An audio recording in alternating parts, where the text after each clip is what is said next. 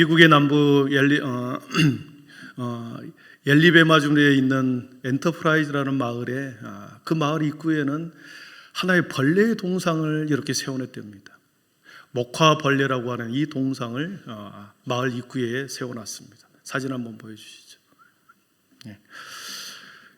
목화 벌레를 동네 입구에 저렇게 아름답게 딱 세워놨습니다. 그러면 그 밑에다가 글을 하나 써놨는데, 우리는 목화를 갉아먹었던 바구미에게 깊은 감사를 표한다. 이 바구미는 우리에게 번영의 계기를 주었고 하면 된다는 신념을 주었다.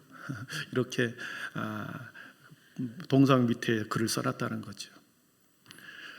이 엔터프라이즈라는 마을은 약 3만 명 정도 거주하는 작은 마을인데, 그곳의 전체 주민이 목화를 재배하며 살았습니다. 목화, 솜을 만드는 목화 알지요? 목화를 재배하며 살았는데 갑자기 목화벨러가 때로 이렇게 몰려옵니다. 기승을 부려서 모든 목화밭을 황폐하게 만들어 버렸습니다. 엄청난 피해를 주기 위해서 하루아침에 빈곤의 상태, 그리고 실직자가 되고 굶어 죽은 사람들이 생기고 수많은 병균들이 막 옮겨 다니기 시작합니다. 그래서 이 마을 사람들이 특단의 조치를 합니다.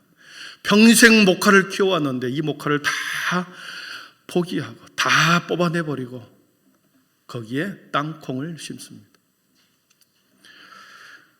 평생 함께했던 목화밭, 그것을 눈물을 머금은 거 다 파헤친 후에 거기다 땅콩을, 새로운 작물을 심으려고 하니 많이 어려움이 있었겠죠. 그럼에도 불구하고 계속해서 땅콩을 심어 나갑니다.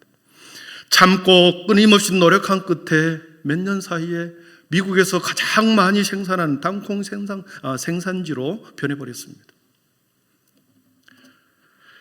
시간이 지나면서 화학 제품 나일론 옷이 나오면서 대량 생산의 옷들이 막 만들어집니다. 그래서 목화 사업이 갑작스럽게 사양 산업으로 변해버립니다. 여전히 목화 재배를 하며 변화를 받아들이지 않았던 이웃 마을 사람들이나 그 동네에서 목화를 그래도 내가 심어야 되겠다 하고 목화를 붙들고 살아갔던 사람들에게 있어서는 예전보다 더 심각하고 안 좋은 상황이 변해버린 거죠. 병충해는 1년 지나면 죽지만 이 나일론이 나와버렸으니 이 목화사 어떻게 하겠습니까? 경쟁이 안 되는 거죠. 그러나 이 엔터프라이즈 마을 사람들은 목화밭을 다 갈아엎고 이미 땅콩을 심어서 땅콩을 많이 재배한 그 상황이었기 때문에 아무리 대량 생산을 한다 그래도 아무런 걱정이 없고 오히려 번영과 풍요를 가져왔습니다. 이 일을 주도했던 사람이 조지 워싱턴 카버라고 하는 우리 흑인 농학 박사이죠. 땅콩이 너무나도 많이 재배돼서 이번에는 또 문제가 생겨버렸습니다. 너무나도 과잉 생산을 하다 보니 이것의 판로가 고민된 것입니다. 그래서 사람들을 원망합니다. 당신 말 듣고 땅콩을 지었더니 이게 무슨 일이냐. 그래서 이 카버 박사가 연구하기를 시작합니다. 땅콩으로 만들 수 있는 수많은 제품 무려 300가지를 연구하여 제품을 생산해냅니다. 그래서 땅콩으로 인하여 그 마을이 농부들에게 엄청난 희망과 번영의 기회를, 그리고 하면 된다는 신념을 심어주었습니다. 사랑하는 성도 여러분, 반드시 기회는 항상 고난과 시련과 어려움 가운데 반드시 가면을 쓰고 오기 마련입니다. 인생에 살다 보면 길이 막히고 내가 원치 않는 어떤 일들로 인하여 여러 가지로 막히고 어려움의 상황에 놓입니다. 누가 몸이 안 좋은 것을 기대나 했겠습니까? 어느 순간에 아픕니다. 잘 나가던 사업이 어렵게 됩니다. 시대와 상황에 따라서 어려움을 당하죠. 시련과 아픔과 어려움을 당하지만 낙심하지 않고 실망하지 않고 새로운 변화의 물결에 편승을 하는 거죠. 여전히 과거를 붙잡고 있다면 변화되는 환경 속에서 적응하지 못하고 도태하거나 더 어려운 가운데 처할 수밖에 없는 거죠. 변화를 수용하고 믿음으로 나아갈 때 거기에는 엄청난 기회가 있었습니다. 카버 박사는 흑인의 차별과 그리고 서울음 속에서도 하나님의 지혜를 구하면서 사람들을 규합하고 이렇게 땅콩을 재배하고 새로운 제품을 만들어내므로 믿음으로 승리한 믿음의 하나님의 사람입니다. 이 카버 박사의 이름이 명성이 세상 아래 알려질 때 그는 이렇게 말합니다. 우리 한번 읽어보겠습니다. 같이 읽어보겠습니다. 시작. 내가 올라온 높이로 나를 재지 말고 내가 헤쳐나온 깊이로 나를 재주십시오. 얼마나 중요한 말입니까? 내가 올라온 성공한 이 높이로 나를 재지 말아달라.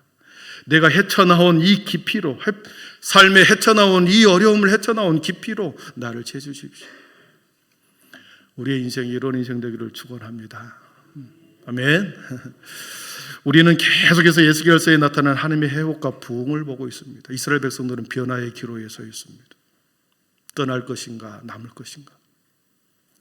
70년의 시간 동안 70년의 시간이 거의 다 찼습니다. 이제 곧 하나님께서는 고국으로 돌아가라고 하는 그 명령이 곧 떨어질 직전입니다. 70년 동안 흩어져서 곳곳에서 바벨론 곳곳에서 흩어져 살았습니다. 70년 가까이 밤마다 강변에 모여서 기도했습니다. 오랫동안 기도하다 보니 어떻습니까? 지치죠. 힘이 빠집니다. 해방의 날이 올 것 같지 않고 요원합니다. 민족 해방에 대한 그 기대는 점점점 시들해져 갑니다. 그리고 사람들은 현실에 타협해버립니다. 우리 여기 머물러 버리죠. 현실에 타협해버리고 바벨론 땅에 적응하고 바벨론의 그 문화에 동화되어 가고 자신의 정체성을 잃어갑니다. 신앙도 믿음도 바닥이 났습니다. 간신히 숨만 쉴 뿐 선민의식도 사라졌습니다.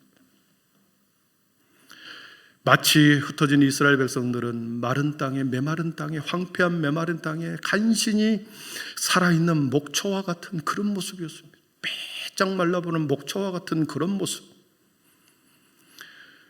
70년의 포로 생활이 끝나가는 어느 시점에 우리가 지난 이 2주간에 걸쳐서 36장을 보았습니다. 하나님께서는 2번에 걸쳐서 에스겔에게 나타나서 부흥을 준비해라, 회복을 준비하라, 희망을 약속했습니다. 우리 말씀에 지난 우리가 보았듯이 36장 35절에 사람들이 이르기를 이 땅이 황폐하더니 이제는 에덴 동산같이 될 것이다. 과거에는 황폐한 그 땅이 이제는 에덴 동산같이 되게 해주겠다. 하나님의 희망과 회복과 부흥의 약속이죠. 그리고 마지막 38절에 오면 6장 38절에 그렇습니다. 양무리같이 황폐한 성읍을 사람의 때로 채우리라. 사람의 때로 다 채워주겠다. 성벽이 무너지고 마을들이 다 황폐한 그곳에 사람의 때로 채우리라. 하나님이 약속해 주었습니다. 이렇게 두 번에 걸쳐서 하나님께서는 에스겔에게 환상을 보여주면서 부흥을 준비해라, 회복을 준비해라, 준비하게 하셨습니다. 그러면서 마지막에 내가 여호와인 줄 알리라. 너희들이 고국에 돌아오고 에덴 동산처럼 변하고 그리고 사람의 때로 가득한 그 마을에서 살아가는 그 모습을 보고 이것이 너희를 위한 하나님의 내가 여호와인 줄 알리라 고백하게 될 날이 있을 것이다. 사랑하는 성도 여러분, 하나님의 시선은 언제나 미래에 있다고 그랬습니다. 바벨론 땅에 머무르는 것이 아니요 애굽 땅에 머무르는 거 있는 것이 아니라 끊임없이 그곳에서 떠나 나와 머무르지 않고 앞으로 나아가 미래로 가나안 땅으로 가는 것이 하나님의 시선이었습니다. 사랑하는 성도 여러분, 머무르면 머무를수록 일어나기가 힘듭니다. 머무르면 눕고 싶고 누우면 자고 싶은 게 인간입니다. 그러나 일어나서 앞으로 나아가면 전혀 다른 세상이 펼쳐집니다. 가보지 않는 길이 보이고 가다 보면 수많은 꽃들과 새들이 지저귀는 소리를 듣게 됩니다. 그러나 앉아있고 머무르면 그 자리에서 방석만 붙들고 있는 거죠.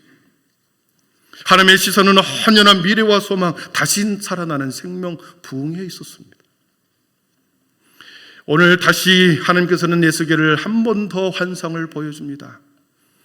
자신의 백성들의 모습이 어쩐지 70년이 다 끝나간 그들의 백성들을 환상으로 보여주면서 너희 백성들은 마른 뼈와 같다. 소망이 전혀 없는 멸절된 마른 뼈가 너희들의 백성이다. 하나님께서는 에스겔에게 시각으로 보여주었습니다. 우리 1절을 한번 읽어봅니다. 1절 같이 읽어보겠습니다. 여호와께서 권능으로 내게 임재하시고 그의 영으로 거기 뼈가 가득하더라. 11절입니다. 11절 시작.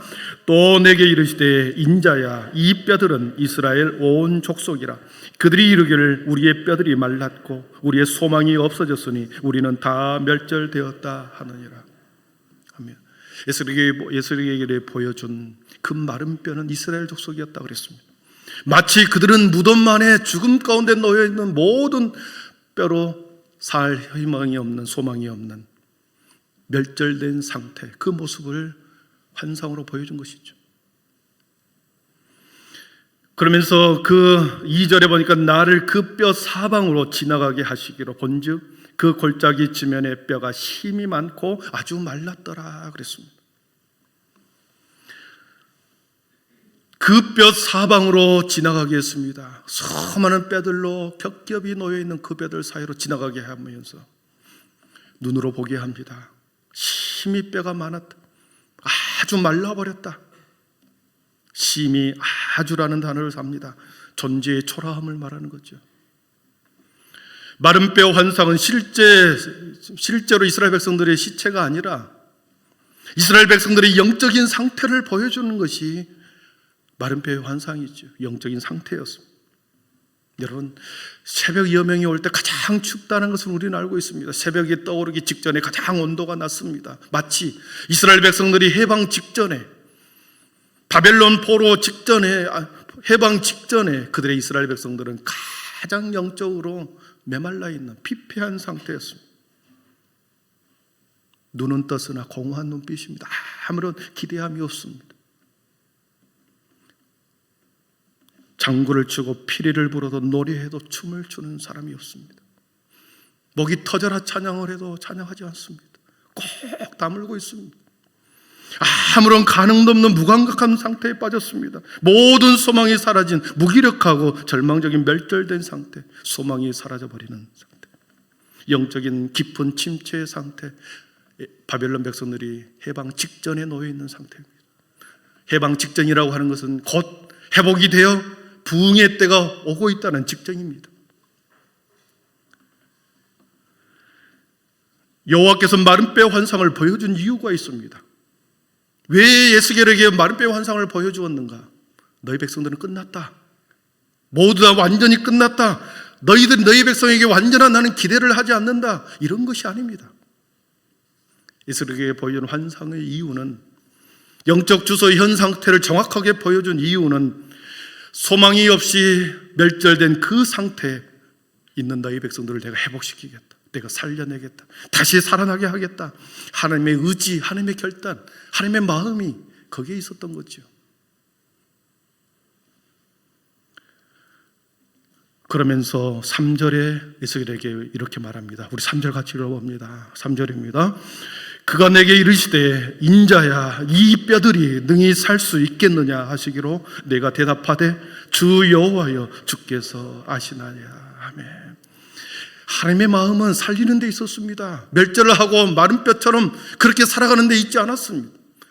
자신의 백성들을 살려내는데, 회복시키는데, 부흥시키는데 하나님의 목적이 있었던 거죠. 이 뼈들이 살아날 수 있겠느냐 질문을 했을 때, 예, 살아납니다. 아니요, 살아날 수 없습니다. 이렇게 대답해야 되겠죠. 모든 인간들은 아니요, 살아날 가망이 없습니다. 어떻게 마른 뼈가 살아날 수 있겠습니까? 내 상식으로 살아날 수 없겠는데요. 살아날 가망이 전혀 없습니다. 이렇게 대답했다간 하나님에게 에스겔 자신이 하나님의 능력을 부인하는 믿음 없는 대답일 것 같고, 왜 살아날 것 같습니다. 이렇게 대답했다가는 양심에, 그리고 상식에 어긋난 말을 하기 때문에 예라고 노라고 답할 수 없었기 때문에 주 여호와께서 아시나이다. 주 여호와께서 아시나이다. 이 말은 매우 중요한 의미가 들어있습니다. 여기서 여호와여, 주 여호와여, 주께서 아시나이다. 이 여호와라고 하는 단어를 에스겔이 사용합니다. 여호와께서는 하십니다. 아도나이라는 단어를 썼어요. 하나님의 이름은 세 가지가 있죠.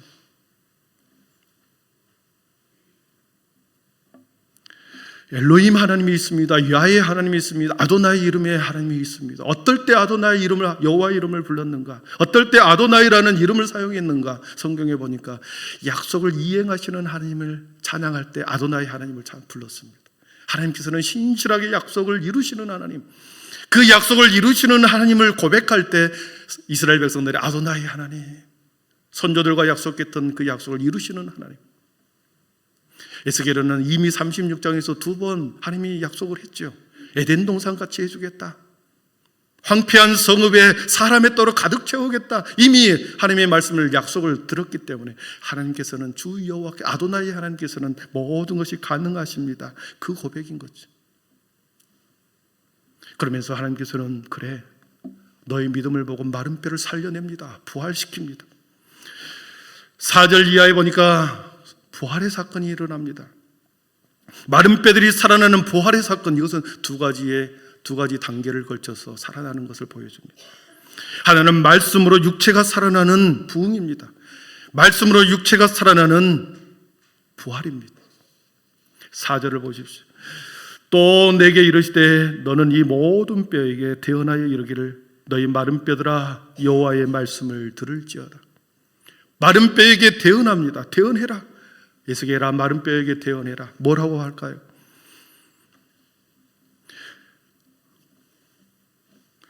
마른 뼈들아, 모든 마른 뼈들아 여호와의 말씀을 들어라.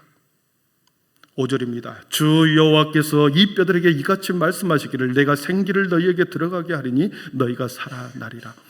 하나님께서 말씀을 대언하라 그랬습니다. 마른 뼈들에게 말씀을 대언하라 그랬습니다. 그 말씀을 그대로 7절에 보니까 에스겔이 내가 명령을 따라 대언하니, 하나님이 하라고 했으니 마른 뼈에게 여호와의 말씀을 들어라. 그 명령을 따라 그대로 대언할 때에 7절에 뭐라고 말합니까?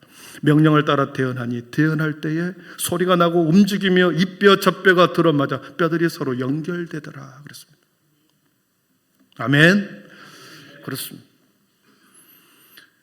첫 번째, 말씀을 통하여 뼈들에게 말씀을 명령하여 하나님의 말씀을 들어라 이렇게 명령을 했더니 뼈들이 붙기 시작합니다. 살이 붙기 시작하고 근육이 붙기 시작하고 가죽으로 덮이기 시작했습니다.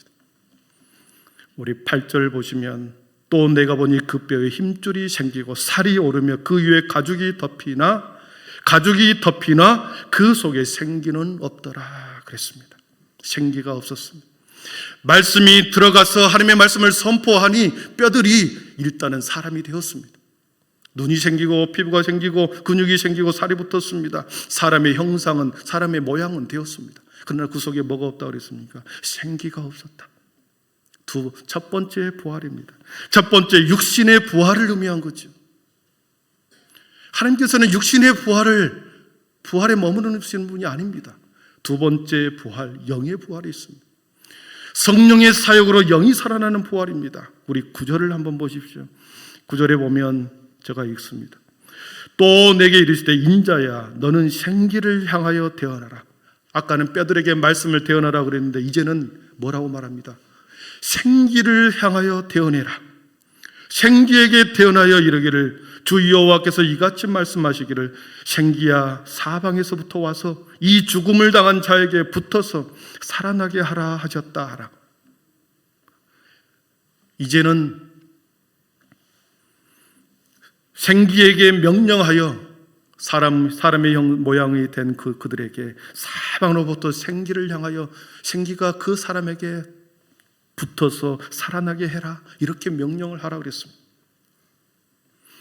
10절을 보십시오. 그대로 그 명령을 이행합니다. 10절 같이 읽어봅니다.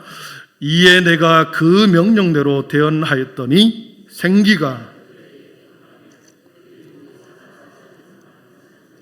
극히 큰 군대더라. 아멘. 생기에게 명령하라고 대언하라고 말했을 때 사방으로부터 생기가 불어와서 붙어서 죽음을 당한 자에게 붙어서 살아나게 하라 이렇게 명령을 에스겔에게 대언했을 때, 생기에게 대언했을 때 뭐라고 말합니까? 생기가 그들에게 들어가면 그들이 곧 살아나서 일어나 서는데 일어났습니다. 섰습니다. 두 번째 영의 부활을 말하는 거죠. 사랑하는 성도 여러분, 하나님의 생기가 사람의 모양으로 단지 뼈들이 붙어있는 그 상태에서는 생기가 없었으나 이제는 생기에게 명령하여 죽음, 사람의 모양으로 되어 있는 그에게 사방으로부터 생기가 불어와서 들어가라고 명령했을 때 생기가 들어왔습니다. 그래서 살아났습니다. 일어섰습니다. 두 번째 부활이 일어난 거죠. 첫 번째는 육신의 부활입니다. 두 번째는 영으로, 성령으로 인한, 성령의 역사로 인한 영이 살아나는 부활이었습니다. 사랑하는 성도 여러분, 하나님의 궁극적인 목적은 육체의 부활, 육신의 안위에 있지 않았습니다.